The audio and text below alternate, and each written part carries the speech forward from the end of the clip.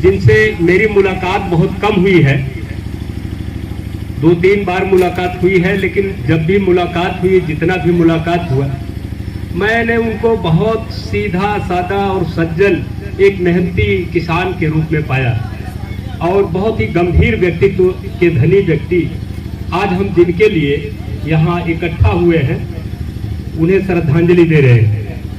साथियों, आज का जो विषय है इसको हमारे 2 अध्यापक साथी ने तय किया था और हमको इस पर बात रखने के लिए आपने आमंत्रित किया है। तो हम बताना चाहते हैं साथियों, कुछ गलत धारणाएं हैं। पहले उन धारणाओं के बारे में, पहले उन गलत धारणाओं को खारिज कर दिया जाना चाहिए। जैसे आमतौर पर लोग ये समझते हैं कि ये जो ब्राह्मण लोग हैं, इन लोगों ने जाति व्यवस्था बना करके हमारे ऊपर थोप दिया, अपना ऊंचे बन गए और हमको नीच बना दिया। ये बात बिल्कुल गलत है। इसको सिर्फ हम नहीं कह रहे हैं, इसको बाबा साहब अंबेडकर कह रहे हैं कि ये बात बिल्कुल गलत है कि किसी ब्राह्मण ने जाति व्यवस्था को बनाया है। वो मैं पेज संख्या बता रहा हूं, मैं उस किताब का जिक्र कर रहा हूं, भारत में जाति व्यवस्था, संपूर्ण वाङ्मय खंड 1 पेज संख्या 30 पर वो लिखते हैं। पेज संख्या 30 पर बाबा साहब अंबेडकर लिखते हैं कि लोग जो समझते हैं कि मनु ने जाति व्यवस्था बनाई, वो गलत है। मैं मनु के बारे में बहुत कठोर लगता हूं और हूं भी, बाबा साहब कह रहे हैं, और मैं उस शैतान को का भूत उतारना चाहता हूं। लेकिन मैं ये भी कह देना चाहता हूं कि मनु ने वर्ण व्यवस्था नहीं बनाई। दोनों बात कह रहे हैं कि मैं उससे बहुत घृणा करता हूं मनु से, लेकिन उसने वर्ण व्यवस्था नहीं बनाई, उसने वर्ण व्यवस्था का इस्तेमाल किया है। और ठीक यही बात आगे चल करके उसी पेज पर कहते हैं बाबा साहब अम्बेडकर, कहते हैं कि जो बात मैंने मनु के बारे में कही, वही बात मैं ब्राह्मणों के बारे में भी कहना चाहता हूं कि ब्राह्मणों ने जाति व्यवस्था नहीं बनाई, उनके बस का था ही नहीं। वो कह रहे हैं उनके बस में नहीं है कि वो जाति व्यवस्था बना दे, जाति व्यवस्था उनके बस में नहीं था, बाबा साहब अम्बेडकर कह रहे हैं। उसके कारण वो आगे चल करके बताते हैं कि जाति व्यवस्था लोगों ने अपने ऊपर थोप लिया है। इस तरह की बात उसमें इनहेलेशन ऑफ कास्ट में करते हैं, अगर आप पढ़े होंगे तो। अब साथियों, बहुत ही संक्षेप में, बहुत कम समय में मैं बताना चाहता हूं कि जाति व्यवस्था होती कैसे, पैदा कैसे होती है। साथियों, आप देखें, ये जो जीव है, मनुष्य, ये कैसे पैदा हुआ? इसी मिट्टी से पैदा हुआ। इसी मिट्टी से कैसे पैदा हुआ? इस मिट्टी से फसल पैदा हुई, फसल को हमारे पिता ने खाया और पिता के शरीर में हम आ गए। या इसको यूं समझ सकते हैं कि हम पहले बहुत छोटे थे, उसके पहले माँ के गर्भ में थे।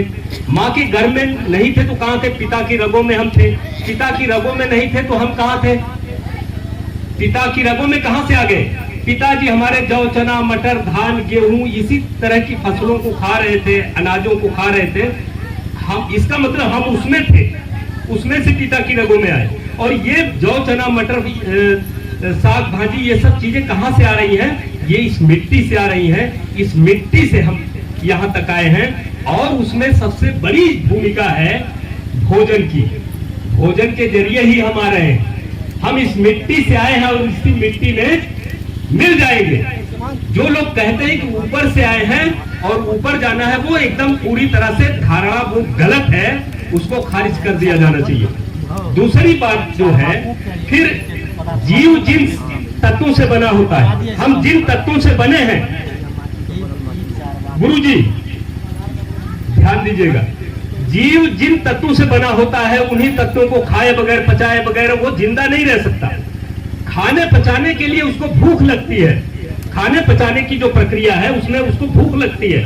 भूख की समस्या का समाधान भोजन है, और भोजन की समस्या का समाधान भोजन का उत्पादन है। भोजन पैदा करते हैं, लेकिन पहले नहीं पैदा करते थे। पहले जैसे जानवर को आप छोड़ दीजिए, जहां उसका भोजन होगा वहां चला जाएगा। पहले आदिम युग में मनुष्य भी भोजन के पीछे पीछे भागता था। जिस वक्त मनुष्य भोजन के पीछे पीछे भागता था, उस समय मनुष्य की कोई जाति नहीं थी। जाति कब बनी है? जब वो फल खाते खाते पेड़ लगाना सीख लिया, पशुओं का शिकार करते करते पशुपालन सीख लिया, पशुओं को चारा खिलाने के चक्कर में खेती सीख लिया, गुफाओं में रहते रहते घर बनाना सीख लिया, नदियों और तालाबों में पानी पीते पीते कुआं खोदना सीख लिया, तब वो एक जगह स्थिर होकर के भोजन पैदा करने लगा। भोजन के पीछे भागना उसका धीरे धीरे बंद होने लगा। तो भोजन जब वो पैदा करने लगा, अब यहीं पर वर्ण व्यवस्था बनती है। भोजन को पकड़िए। कबीर का दोहा आप कह रहे थे कि ना कुछ देखा भाव भजन में, ना कुछ देखा पोथी में, और कहे कबीर सुनो भाई साधु, जो देखा सो रोटी में। रोटी आदि रोटी अंत, रोटी में सब साधु संत। रोटी जियावे, रोटी मुआवे, रोटी बिना मुख बात न आवे। तो इस रोटी को पकड़िए। इस रोटी को पैदा करने के लिए, इस भोजन को पैदा करने के लिए लोग जब उत्पादन करने लगे, श्रम करने लगे, औजार चलाने लगे, तो किस मौसम में कौन सा बीज कितने गहराई में गाड़ा जाएगा, कब कब उसकी सिंचाई होगी, तो इसका ज्ञान जिसके पास है, वो ज्ञान जो है कबीले में कुछ बुद्धिजीवियों के पास होता है। जिन बुद्धिजीवियों के पास ये ज्ञान होता है, वो जिम्मेदारी महसूस करते हुए वो उस ज्ञान को अगली पीढ़ी में ले जाते हैं। अगली पीढ़ी में ले जाने के लिए पहले संकेतों से काम चलाते हैं, फिर धीरे धीरे भाषा का निर्माण होता है। तो भाषा का निर्माण होता है, तो भाषा के जरिए वो अगली पीढ़ी में उस ज्ञान को जब देते हैं, तो जो व्यक्ति उस कबीले में जो व्यक्ति ज्ञान देने का काम करता है, या इस काम का जो वर्ण करता है, वही कबीले में ब्रह्म का रूप धारण करता है, वही ब्राह्मण कहा जाता है। और कालांतर में ये एक जाति व्यवस्था में बदल जाती है। लेकिन क्षत्रिय कैसे आया? उसी समय उत्पादन की प्रक्रिया में ही। भोजन को पकड़िए, सब समझ में आ जाएगा। रोटी को पकड़िए, कबीर कह रहे जो देखा सो रोटी में। ये वेद कतेब इन सब चीजों में नहीं है। जो कुछ अगर रहस्य जानना है जिंदगी का, समाज का रहस्य जानना है, तो भोजन को पकड़िए, सारा रहस्य खुल जाएगा। तो वो कह रहे हैं कि कबीर कि जो देखा सो रोटी में देखिए कि ये जो है भोजन पैदा करने के क्रम में जब हम बागवानी लगाते हैं, पशुपालन करते हैं, तो उसकी रखवाली की भी जिम्मेदारी कुछ लोगों की होती है। तो जो लोग इस रखवाली वाले काम का वर्ण करते हैं, वो वर्ण व्यवस्था, वर्ण माने कलर की व्यवस्था नहीं, 4 तरह के कलर का आदमी नहीं होता था। वर्ण का मतलब वो वर्ण था, उसको बाद में अपभ्रंश किया गया वर्ण व्यवस्था के रूप में, और उसका नाम कलर से बता दिया कि वर्ण का मतलब कलर होता है, रंग होता है। 4 तरह के रंगों का आदमी नहीं, वो वर्ण व्यवस्था थी। वर्ण माने चयन करने की व्यवस्था। जो व्यक्ति उस वक्त कबीले में चयन करता था कि मैं भाई ये रखवाली वाला काम करूंगा, या कबीले का सरदार जो होता था वो किसी को वर्ण करके बताता था कि तुम जो है हृष्ट पुष्ट तंदुरुस्त हो, तुम इस बगीचे की रखवाली कर सकते हो, ये जो पशुओं का बाड़ है तुम इसकी रखवाली कर सकते हो। ऐसे लोग क्षत्रिय कहलाए। और वैसे कैसे हुए? जब भोजन का उत्पादन शुरू हुआ, तो धीरे धीरे नए नए औजार विकसित हुए। जब नया नया औजार आता है तो उत्पादन बढ़ जाता है। जैसे ट्रैक्टर आने के बाद उत्पादन बढ़ गया हमारे देश में, कुछ नई तकनीकें आई, खाद बीज आए तो उत्पादन बढ़ गया। वैसे ही जब उस समय जब नई नई तकनीकें आई तो उनका उत्पादन बढ़ गया, तो खाने से बच गया। जब खाने से बच गया, बचत हो गई, तो बचत का लेन देन शुरू हो गया।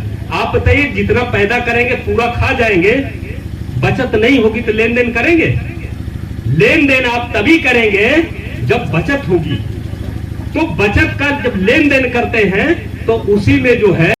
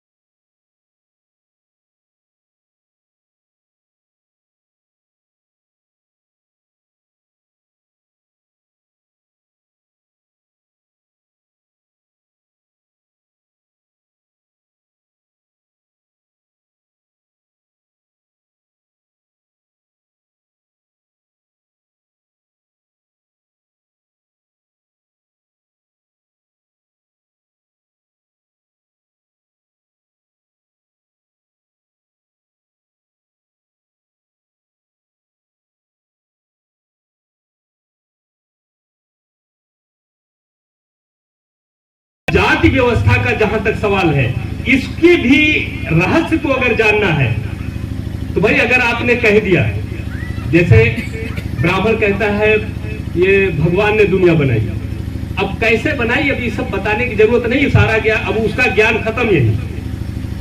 ऐसे ही अगर आप कह देंगे कि ब्राह्मणों ने बनाई तो फिर इस पर शोध करने की कोई जरूरत नहीं पड़ती।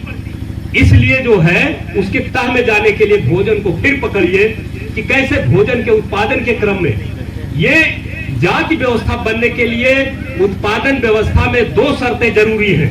गुरुजी ध्यान दीजिएगा, गुरुजी, जाति व्यवस्था बनने के लिए उत्पादन व्यवस्था में 2 शर्तें बहुत जरूरी है। 2 शर्तें कौन? पीढ़ी दर पीढ़ी एक ही औजार को चलाना पड़े, और दूसरी शर्त इसी से जुड़ी है, पीढ़ी दर पीढ़ी एक ही औजार कैसे आप चलाएंगे? जब औजारों में लंबे समय तक कोई गुणात्मक बदलाव न हो। तो पीढ़ी दर पीढ़ी अगर एक औजार नहीं चलेगा तो जाति नहीं बनेगी। जैसे हमारे परदादा लोहा पीटते थे, फिर हमारे दादा जो है सोना का कारोबार करने लगे, और फिर जो है हमारे पिताजी जो है नाव खेलने लगे, और हम जो है ये चमड़े का कारोबार करने लगे। अब हमारी जात कोई बनेगी? जात तो पिता के आधार पे बनती है, और पिता का कोई पीढ़ी दर पीढ़ी कुछ रिलेशन नहीं है इस तरह का। जात ऐसे नहीं बनेगी। जात तब बनेगी जब पीढ़ी दर पीढ़ी जो काम हमारे बाप ने किया वही काम हमारे दादा ने किया, वही परदादा ने किया, तब जो है एक लंबी विकास प्रक्रिया में 2, 4, 6 पीढ़ी जाते जाते जाति व्यवस्था बन जाती है। ये एकदम रिजिड हो जाती है कि भाई जो जिस जात में है वही जात का पेशा करेगा, दूसरी जात का पेशा वो नहीं कर सकता है। और साथियों, अब जो है एक बात आती है कि पेशे तो 35-36 मुश्किल से हैं। 35-40 सामंती दौर का जो पेशा है, ये तो पूंजीवादी दौर, इसमें बहुत सारे पेशे हैं। सामंती दौर में जाइए तो 35-40 पेशे से ज्यादा नहीं है। लेकिन ये अगर पेशे से जातियां बनी हैं, ये हजारों जातियां कैसे बन गई?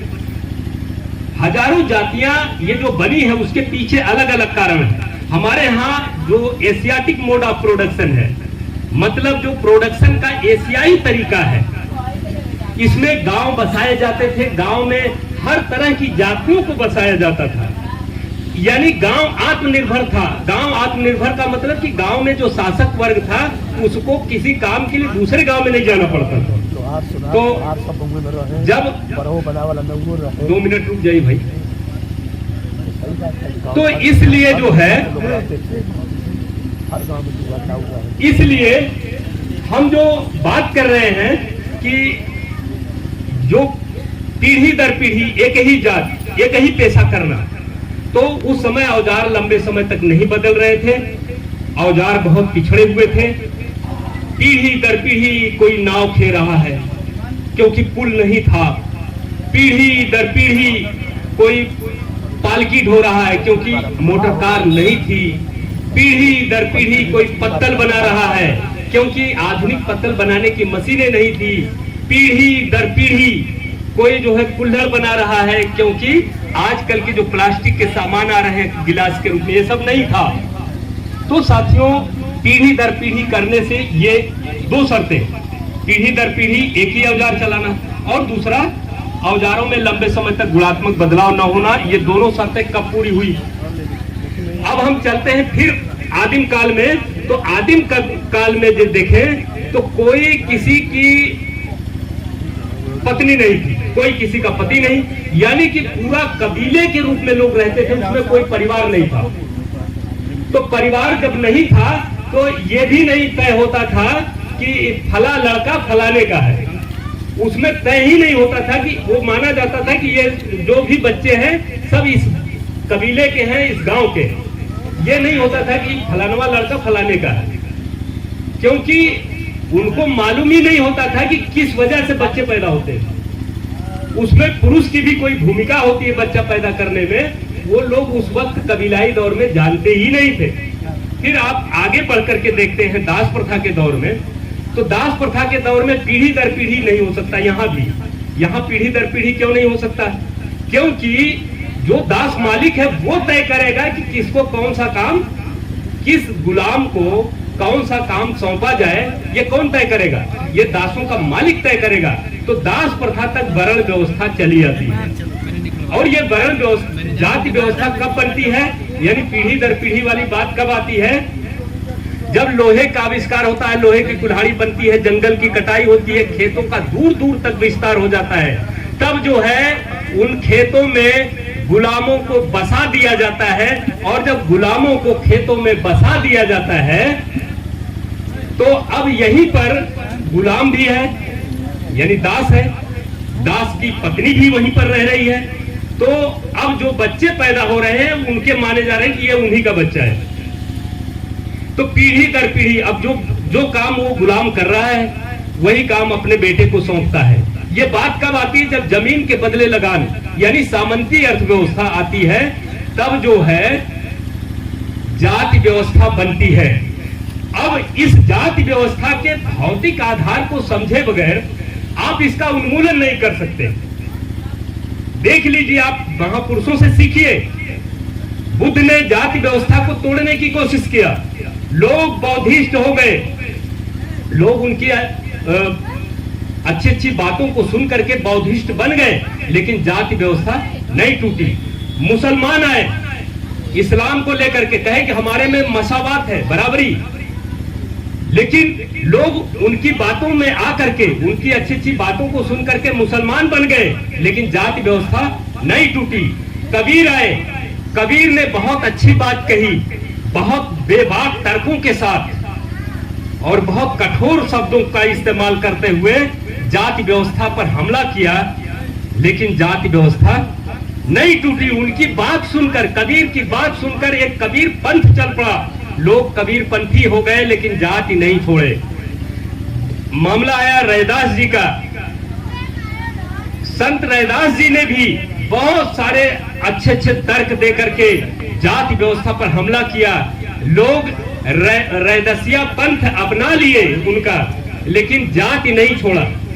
दक्षिण भारत में एक बसेश्वर नाथ हुआ करते थे, जाति व्यवस्था के घोर विरोधी थे बसेश्वर नाथ। उन्होंने जो है बसेश्वर नाथ ने क्या किया कि सबको समझाया बुझाया, सब लोग उनके बातों में आ गए, लेकिन लोग उनके कहने पर लिंगायत धर्म चला दिए, एक लिंगायत धर्म हो गया, लेकिन जाति व्यवस्था नहीं टूटी।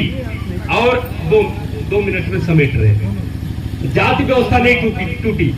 तो साथियों, बाबा साहब अंबेडकर ने भी, उन्होंने भी एक सोचा था कि अगर लोग बौद्धिस्ट हो जाएंगे तो शायद जाति व्यवस्था टूट जाए, लेकिन हम लोग ये भी देखते हैं कि बौद्धिस्ट होने के बाद भी जाति व्यवस्था नहीं टूट पा रही है।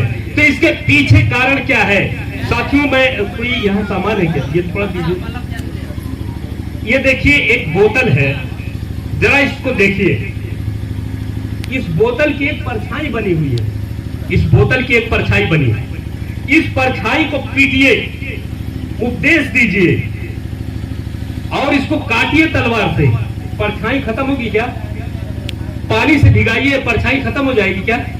इस पे बम फेंक दीजिए, ये परछाई नहीं जाएगी। परछाई को पीटने से परछाई नहीं जाएगी। तो क्या करना पड़ेगा? इसका जो मूलाधार है, ये परछाई तो इसकी अधिरचना है, उस परछाई का जो मूलाधार है ये बोतल है। इस बोतल को आप हटा दीजिए, इसको अगर हटा देंगे तो परछाई भी हट जाएगी। एक और तरीका है, खाली लाइट चेंज कर दीजिए, खत्म हो जाएगा। नहीं, दूसरी तरफ जाएगा ना, परछाई दूसरी तरफ चल जाएगी। लाइट चेंज कर दीजिए, उसका तभी भी नहीं, काटने की जरूरत नहीं पड़ेगी।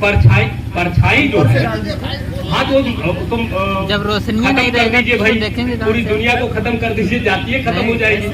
परमाणु बम फेंक दीजिए, पूरी दुनिया खत्म हो जाए, वो अलग चीज है। लेकिन इस मनुष्य के, मानव समाज के रहते हुए, मानव समाज के रहते हुए जाति व्यवस्था कैसे खत्म होगी, हम उस पर चर्चा कर रहे हैं। तो उसके मूलाधार को पकड़िए, सुनिए, उसके मूलाधार को पकड़िए। जाति व्यवस्था का मूलाधार क्या है, इस चीज को देखिए राव साहब। जाति व्यवस्था का मूलाधार क्या है? वेद शास्त्र नहीं है, ब्राह्मण नहीं है, क्या है? आप जरा देख लीजिए आंख उठा करके, सबसे नीच जाति कौन है? जिसके पास लहसुन गाड़ने के लिए जमीन नहीं। सबसे नीच जाति कौन गिना जा रहा है? जिसके पास लहसुनों गाड़ने के लिए जमीन नहीं है। जिसके पास जितने ज्यादा जमीन है, जिन जातियों के पास जितने ज्यादा जमीन है वो उतने ज्यादा ऊंच माने जाते हैं, और जिसके पास सबसे ज्यादा जमीन है वो सबसे ज्यादा ऊंच है। मैं ये बात कानपुर में कह रहा था, वो अर्जत संघ के साथियों की मीटिंग थी, तो उसमें एक साथी अनिल मौर्य जी थे, वो बोले कि जमीन तो सबसे ज्यादा ठाकुरों के पास है, ब्राह्मण क्यों ऊंच बना हुआ है? हमने कहा बात सही आप कह रहे हैं, आप देख नहीं पा रहे हैं। जितने भी मठ हमारे देश में हैं, उन मठों में 99% मठाधीशी कौन कर रहा है? ब्राह्मण कर रहा है। और उन मठों में हजार एकड़, 10 हजार एकड़, 20 हजार, 1 लाख एकड़ तक जमीन है, और उस जमीन का मालिक कौन है? वो जो मठाधीश है, वो उसका इस्तेमाल कर रहा है। आप जो है, जब तक ये जमीन जोतने वाले को नहीं मिलेगी, जोतने वाले को जब तक जमीन नहीं मिलेगी, जमीन का ये जो असमान ये वितरण है ये बना रहेगा। जब तक जोतने वाले को जमीन नहीं मिलेगी, तब तक ये जाति व्यवस्था नहीं टूटेगी। यही मूलाधार है जाति व्यवस्था का। इसको हटा दीजिए, जाति व्यवस्था ध्वस्त हो जाएगी। इसको अगर नहीं हटाएंगे, इसको बनाए रखते हुए आप कुछ भी कर लीजिए, कितना भी उपदेश दीजिए, कितने भी धर्म परिवर्तन कर लीजिए, जाति व्यवस्था खत्म नहीं होने वाली है। मेरी बात यहीं पर खत्म होती है। साथियों, कोई सवाल आएगा तो मैं फिर बात करूंगा, और मैं चाहूंगा कि एक बार फिर श्री मुसाफिर जी को मैं अपने हृदय की गहराइयों से श्रद्धा सुमन अर्पित करते हुए अपनी बात खत्म करता हूं। इनकलाब जिंदाबाद, और मुसाफिर जी अमर रहे।